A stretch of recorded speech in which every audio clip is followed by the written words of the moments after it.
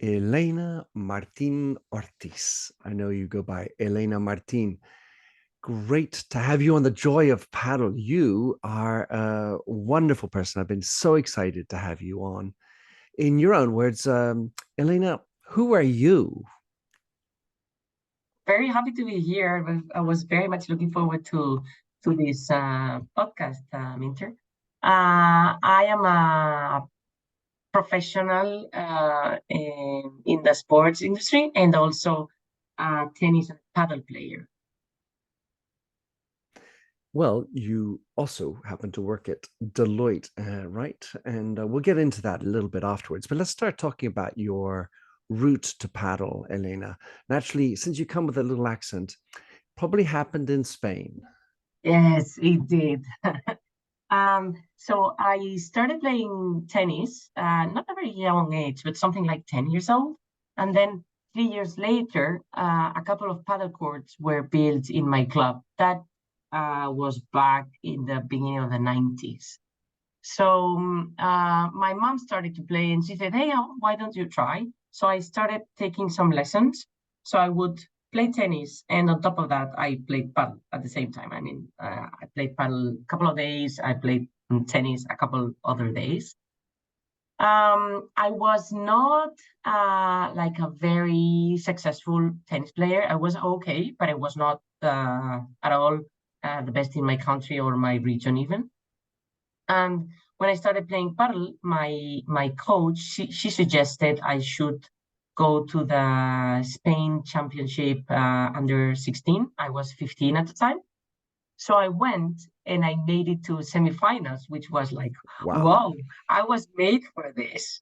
Uh, Being honest, I think I was okay, I was good, but probably the little competition had a lot to do with that compared to my success in tennis tournaments. Mm.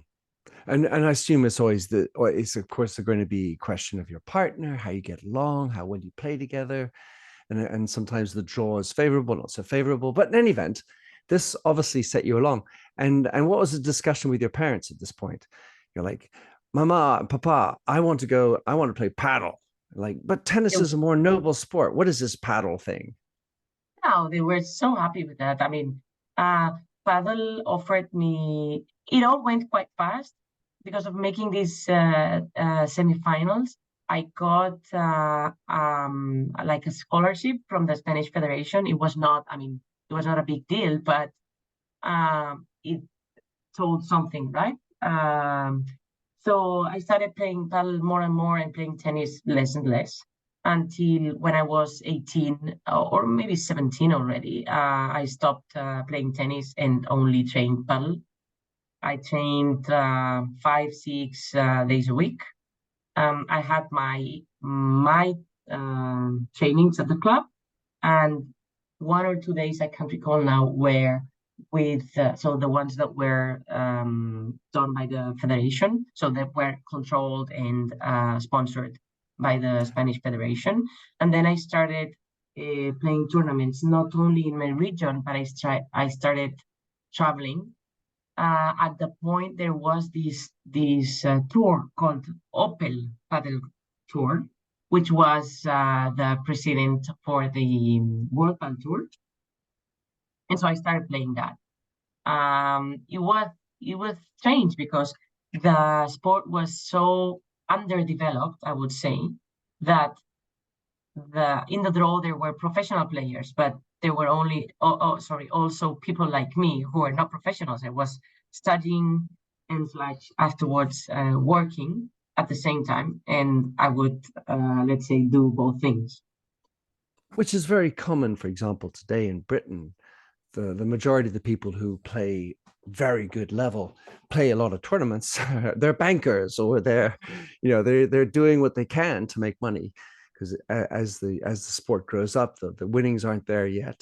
But you made a lot of success. You won lots of team events at the Catalonia, the Spanish team championships with the Real Club de Polo, and you got really good at it. And I'm wondering, for you, like me, I played a fairly good level of tennis in my youth. And I have this narrative around how paddle and tennis are complementary. I'm wondering, to what extent do you think paddle helps your tennis? And because we always talk about how tennis can help with paddle at the net, but not at the wall. But what about the reverse, paddle to tennis? It has helped me a lot. So here in Spain, we play a lot. We play clay, basically tennis. In my club, we have 30 something tennis courts, of which one is hard court, and the rest are clay. So we are not volley players. So what now? I play masters. When I play masters, I'm very good at the volley because I have played paddle for so long, and a lot of my the people I play against, they say, "Oh, you have a lot of resources because you can play drop shot, you can play in the volley, you have a very good smash from anywhere in the court," and that I developed 100% in paddle. People who have developed themselves playing clay, they're very good at the back of at the end of the court. I mean, you can see Rafa. He barely goes to the net, whereas having played paddle, I'm very self-confident in the net. It's amazing. I totally agree with you. I mean, I end up doing a lot. I even do a lot more chiquitas. I will do many sort of half court lobs over if they're at the net. I want to come over, beat them up with that, and I feel very much more Nice hobby. wily. Yeah, exactly. Yeah, it's fun. Well, so hey, listen, that's the complementarity of these sports. So how would you describe your style of play today, these days, Elena? You, you know what? In paddle, I'm a very, I would say, conservative defensive player. So I can hit in 1,000 balls. My opponents would like freak out, Mhm. meaning like, how did you Oh, get that oh, in? not again. Oh, Yeah, damn. yeah, yeah. And I was very proud of that style because it needs to be very tough in terms of mind and be very concentrated, I would say. But you know what? This hasn't translated into my tennis. So I'm very poor at hitting again and again in tennis. Like I need to be Hmm. very aggressive. I don't know why, but in Well, paddle, tennis is by nature aggressive because you need to absolutely. push it through the other person. Whereas paddle, you got the wall behind you. La You pared always- es su amiga, right? yeah, exactly, exactly. When I was 18 or 19, I was sponsored by Dunlop. Um, and they did these like flyers, like these cards that you would give away in tournaments. I mean, no one wanted my cards, right? Because they were better players. I mean, professional players. But still, I had my cards. And at the That's back of the exciting. yeah, I sent you a picture of that previous to the call. And at the back of the card, they were asking, "What is your favorite? How do you say your favorite hit?" Do you call it Shot. like that? Shot. Yeah. What's your favorite shot? And I said, the lobby. And my friends were saying, how the hell can you be proud I said, hey, I'm very good at doing lobbies. Like I go over everyone, like I throw them this distance to the wall. I love it. Well, I've had on my show Gabo Roredo, and Gabo said that's his best shot. That's his favorite shot. And I think smart paddle players know. I mean, Martin Dineno, for example. I mean, Yeah. his lobbing ability. I mean, of course, there are many great lobbers, but he's very tranquil, and they just keep on landing between the service line and the wall, and what are you going to do with it? Yeah. That's fun stuff. If you had to describe yourself as an animal on the court, then what animal would Elena be on the paddle court? Oh, that's difficult. That's a difficult one. Um, I would say something like an ant or a squirrel. I can work, Right. right? I love it. I love it. Very original. And I would what never about be a tiger or something like right, this. right, Not right. at all. Those let that you play on the right, I'm guessing. I do. I do. I Yeah. play on the right, and I usually play with let's say aggressive or yeah, players. And what I love best, I get along very well. I have had very few partners, and I love it when I do like a chiquita from the right to the right, and then they they have to return it a little bit up, and then Pop. my colleagues hop wins the point. It's like that's my best mm, like hit or Right. play. Tactic. I like to say I'm the one of the 1-2 punch. So I get the one in, I make it a little bit difficult, make something happen, and then they pop it up, and number two, excellent. So what about a shot that you like to improve? What shot do you work on that you feel like you could do better with? I can't do the vibra. I think it's a modern shot that I was never taught, Mm, and the ball bounces that fast so my mm. opponents do that. It bounces that fast that I think it will help me a lot. And not sure if you do it from the right. I'm just thinking you probably do it only from the left, so from the You do mostly from the left, but you can still do it. You could I could still, absolutely. I mean, I still try to do it. That's for sure. On the right, pop it into the back glass, last glass, or yeah. sometimes even down the middle. Um, and what I about have you? I have Sorry. also learned to hit it hard. When I was younger, my heartbeat, so bouncing back, was not so good, but because people were fast. Now that I'm a master's, my heartbeat is quite okay because they don't run that fast. Nice. You obviously know many people in the paddle world. You have many friends who are Mhm. pros. But notwithstanding your friends, who would you say are your favorite players in the female and male sides? In females, Alejandra, Alejandra Salazar. Alejandra Salazar, yes. She's also a friend. I would say like best friend, but she used to be a friend too. Um, I love so I think all the players have all the things. Like there's Ari, there's Paulita Dinamita, Triay. I do like all of them very much, but I think Alejandra is she's so mature, she's so self-confident, she's always like so constant, no mistakes. She may not be as brilliant as some others, but I love how constant and consistent she is. Mm-hmm. And as for the guys, I like Arturo Coelho very much. Um, I think El Sordo, both, the lefty. yeah, both the guys who have played with Bella in the last previous um, seasons, I think they both learned the best from Bella. I'm good friends with him, and he Mm-hmm. has this purpose of teaching and helping the younger players. So it's like a win-win, right? He has this aim of developing young players at the age and the stage that he is, and he can get benefited from that because they have the power that he doesn't have at this point. And I think they both learned a lot of what he taught in the year and a half that they played with Bella. They got the very good things that he has, and developed into their own skills, which made Mm-hmm. it like impressive. Indeed. Well, I've had the pleasure of having Mike on my show Okay. because he speaks English. That helps. And you know a lot of players. Maybe your anecdote couldn't come from others, but what's your funniest thing that's ever happened to you around paddle? Do you want to know?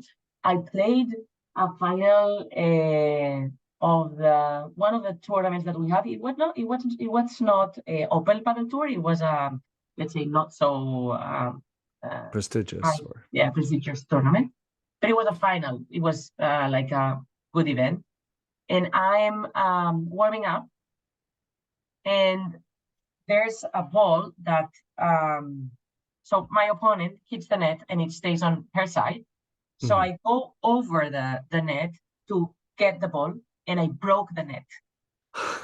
Like warming up, people like starting to sit on there was Right, right. the seats and everything because it was already quite. I mean, it was quite developed at the point the sport here. So all people with their entrances and getting into their seats, and like I broke the net. It got like Mamma um, mia. it took like 15 or 20 minutes to put it back in place. Like And I bet I felt like an hour, right? it's like So embarrassing. so embarrassing. I'm never, ever going for the ball over the net again. Well, in the realm of sharing, then, Elena, this reminds me of one time when crossing over in a friendly match, I went to cross over and put my leg over, and I caught my right leg, which was the trailing leg, and I just fell flat on my face, and I Oh, had blood on my hand. I mean, how do you do that sort of thing, right? It's not even a very high net, but stuff like that.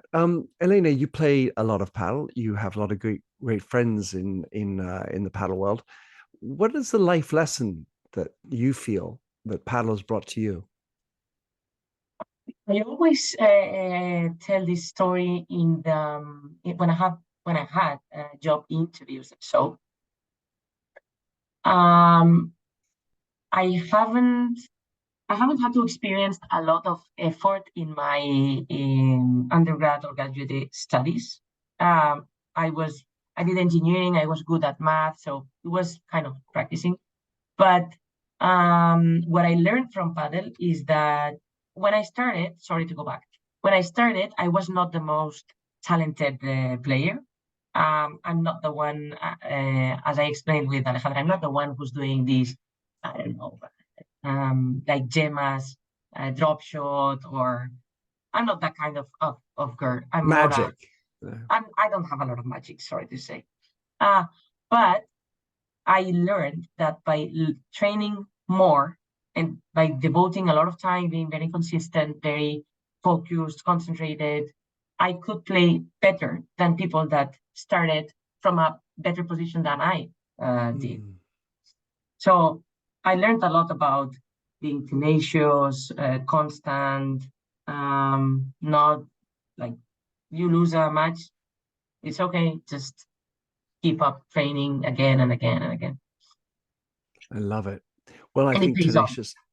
tenaciousness, good training, and keep the confidence, because you see some other showboaters and you're like, oh my God, how do they do that? It's beyond our capabilities. I'm like you. I'm not overly, meravilloso with my shots, but I consider this idea of always learning, always keep in the mode of learning. How can I do better? And as we get older, of course, we have to deal with Yeah. that. And also try to leverage what you can do. I'm playing against younger players, and I see they have this impressive power and their vibora that I can't do. But if you play a slow ball in the corner with a lot of slice, and then they struggle to get it out from there. So it's like try to play your weapons intelligently, and so power is not everything. Fortunately for us, For Elena. us, All right, so let's now move into your work at Deloitte, Mhm. because obviously you're working in a very serious, large organization, and it was quite a surprise to me when Deloitte came out with a paddle tennis report. I guess the first one was 2 years ago, 3 years ago, Yep, I'm not sure. 3 years But ago.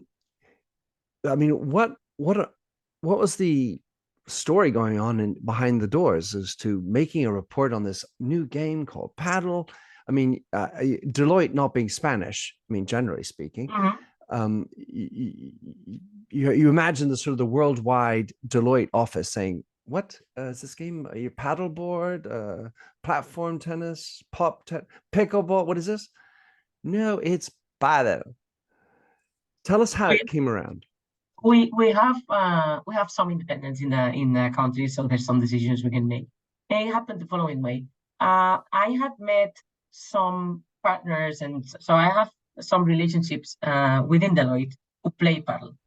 And actually, I met some male partners who wanted to compete in company competition, and they needed to have females. So basically, they cherry picked females who could play, right? So I met this Naturally. group of guys, and one of them got approached by Playtomic because they knew each other from somewhere else. And Playtomic had this idea of, because there's no single institution that gives figures about paddle, such as FIFA does for soccer or ITF does in tennis. And so they wanted to position themselves as the place to be, the place to go for paddle figures. And they told this to this guy. This guy knew that I had played before, etc. So he proposed to me. Within my business group, we decided to do that because it's been after the pandemic. It's not being easy for in general for consulting firms or professional services firms to hire, because people are more into the mood of startupping and so cooler jobs, right? And so we thought that this could help us position consulting as a cooler job, because we're in this hyping sector. So we decided to do the report with Playtomic, and that's how it all happened. We did this first report. We had quite some success, and we have done some works and deals, meaning professional paid deals after the first report. So I got a lot of insight and a lot of information after the first report. And then the second report was just very natural. It was pretty easy because Update. yeah, and I had all the information because I had been in touch with a lot of people after the first report. So that's what how it came up. Well, I love that. So in this, there's the notion of helping for recruitment, the image of Deloitte, making it feel young and cool. And then there's also even the reality of possibly making business, consulting, helping partners, investors figure out how to build clubs and make money out of it. Makes a lot of sense to me. And the relationship with Playtomic, of course, is interesting too.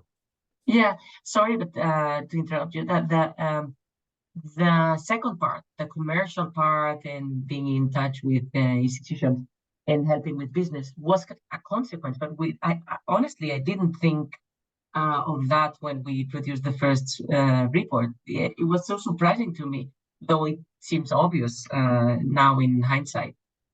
Yeah, and we have a very good relationship with Playtomic. I think the reports have proven very useful and successful for both of us. So the relationship it's very natural. And so when is the 2024 one come out? We haven't spoken about this yet, so I need to catch up with them, but probably beginning of next year. That's what we usually do.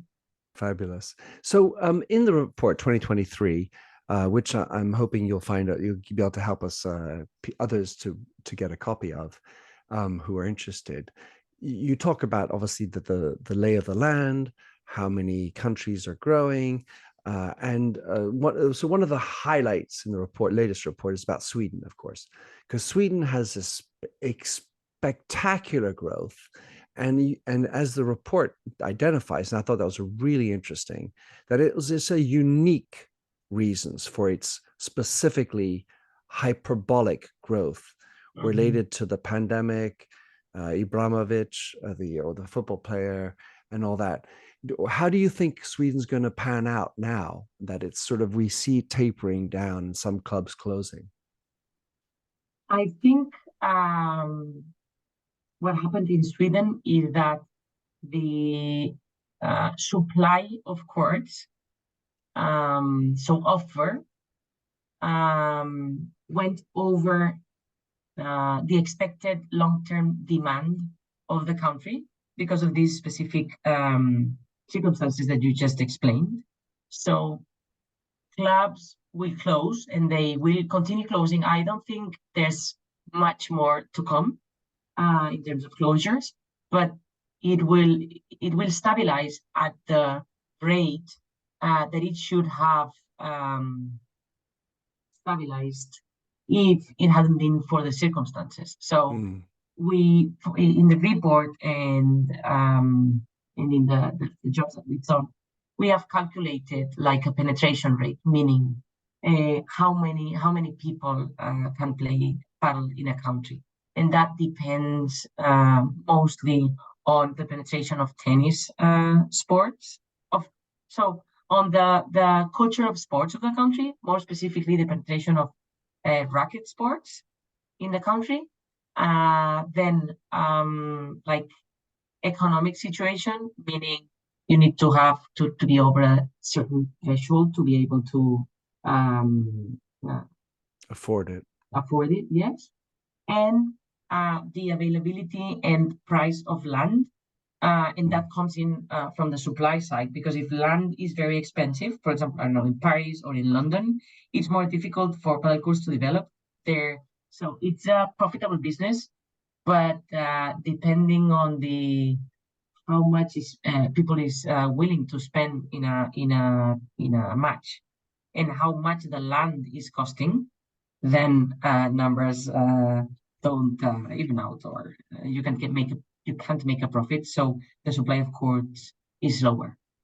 So would you say that if you're looking at a city and you want to bring paddle to it, or let's say you have an economically favorable situation, you have a good sporting legacy of racket sports, would you would you think that the argument with a tennis club is to eliminate a couple of courts in a bubble and put in 4 or 5 paddle courts in there? Is that going to be more profitable for them? The issue, of course, is, oh, well, we don't want paddle here kind of thing with the existing members. But how does it work economically for a club that is tennis that's thinking of expanding to paddle? So economically, in terms of economics, it pays out. Why? Because in the surface that you have two tennis players, you can fit up to 12 paddle players. It depends on the size of the tennis court, because I mean the lines Sure. are what they are, but the margins. So you can either fit 2 or 3 paddle courts. So you could fit 8 or 12 players. So I mean, being if everyone paid the same, numbers are very telling. The other thing about having these players who don't want paddle, and so if you have a club that is large enough, and I would say large is 10 courts, you will have people who will fill in those paddle courts, and changing those 2 tennis courts for or 1 tennis court for 3 paddle courts or 2 is going to be fine for the tennis players.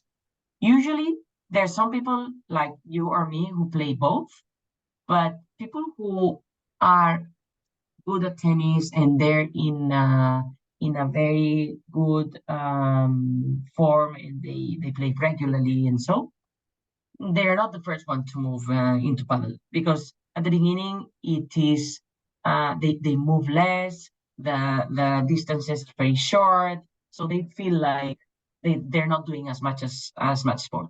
But there's a lot of people who are not playing tennis because tennis is much more difficult technically, because the racket, you need to hit the ball further from your hand. So Yes, it's 2 meters away, basically.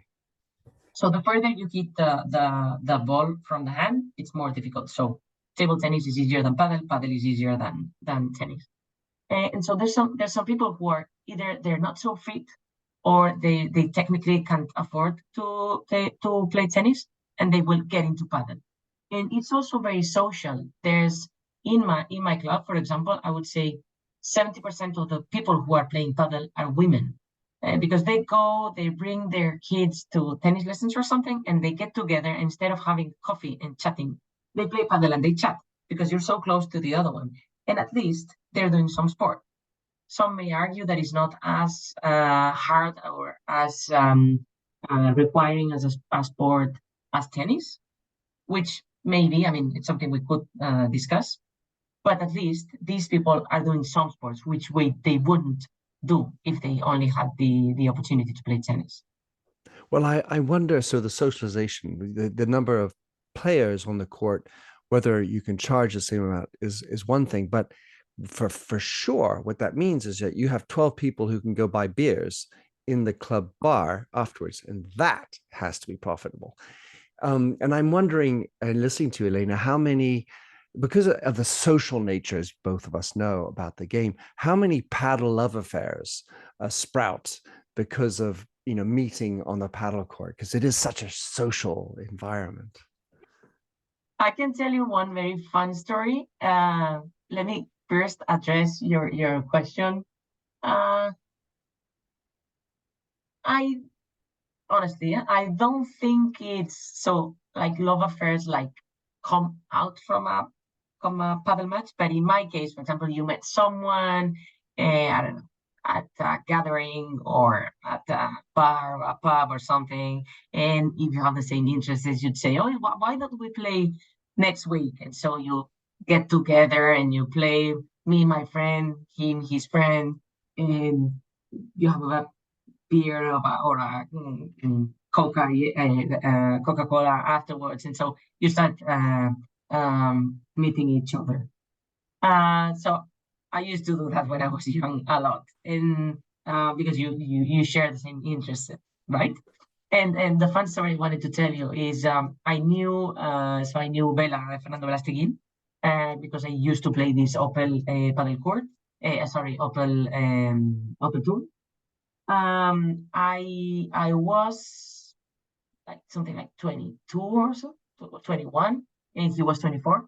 And he came to my club. We had a competition there from this Opel Tour, and he was expecting to make it to the final, but he lost in semifinal. So that was Saturday evening, and he called and I said, "Oh, I'm so upset, and we lost. Blah blah blah. How did you see the match?" Blah, blah. And by the way, I mean, we have our hotel till tomorrow, and we have our flight tomorrow. Do you have anything to do? And I said, "Not really. So let's do something." So I called my best friend, and we went out for dinner. Belstein, his partner, I think it was Lima at the time, my best friend and me. And so they have ended up marrying each other. Oh, Yeah, so a paddle love affair. Love it. Well, a paddle related love affair. That's just gorgeous, Elena. Last zone I just wanted to talk about. So upcoming in the report, you talk about India and China. There's the yeah. potential for them. It feels like they're still very far away. It's not like they have a tennis culture. Really, they're not. The economic climate in India isn't exactly, wealthy like in Sweden or something. But give us an idea. Do you think it's 3 or 5 years before we can start seeing numbers in India and China? That's a very tough question to start with. I don't think it's going to be 3 years. I would Mhm. aim more at 5 years. And I think India will come a little bit earlier in time than China. The Indian government has this, there's like a regulation or something for the federation, for which you need to have at least one court in every one of the states in order to be considered for a national federation. So there's already a group that is like investing in having one court in each of the states to have a national federation. So Mm. I think this is going to, so this regulation or this norm, I would say, is going to help the sport to develop faster in India. I mean, it's not booming, right? When I mean Right. faster, relative terms. But being that it needs to be developed in all of the areas at the same time will necessarily grow the number of courts that there are in the country. Mm. And Olympics in 2032? Well, Olympics in the horizon for me is the hot topic. There's a number of requirements that you need to accomplish in order to be Olympic, and as far as I know, and I think that will be the toughest part, since a couple of years, you need to, so there's a maximum of summer Olympic sports that can be held, meaning you will have to take out some sport in order for paddle to make it in, which for me will be the toughest part. Probably there's some minority sports that can be, but I mean, there's an existing relationship, existing programs in their countries. So to me, that would be the key to make it Olympic in 32. Yeah, well, like we say in strategy, or in French, we say choisir, c'est renoncer. We'll have to make choices, and that will be the way. Elena, it has been a tremendous pleasure chatting with you. I love talking about paddle and the future of paddle, which is so bright. How can someone gather more about paddle from what you do with your work, and maybe even follow you as a paddle aficionado? Paddle aficionado, I don't think they want to follow me at this point. Oh, well, I certainly want to play with you, Elena. Sure, we'll make it. Either you come to Spain or I'll go to London. And as for the report, we always have them in the Playtomic website. Anyone can download them on. They need to include their email just for follow-up purposes, but it's for free. It's a free download, open in the Playtomic website. So Perfect. maybe you can add the link in your podcast notes or something. Por supuesto, of course. Hey, listen, Elena, muchas gracias. Vamos. It has been so much fun.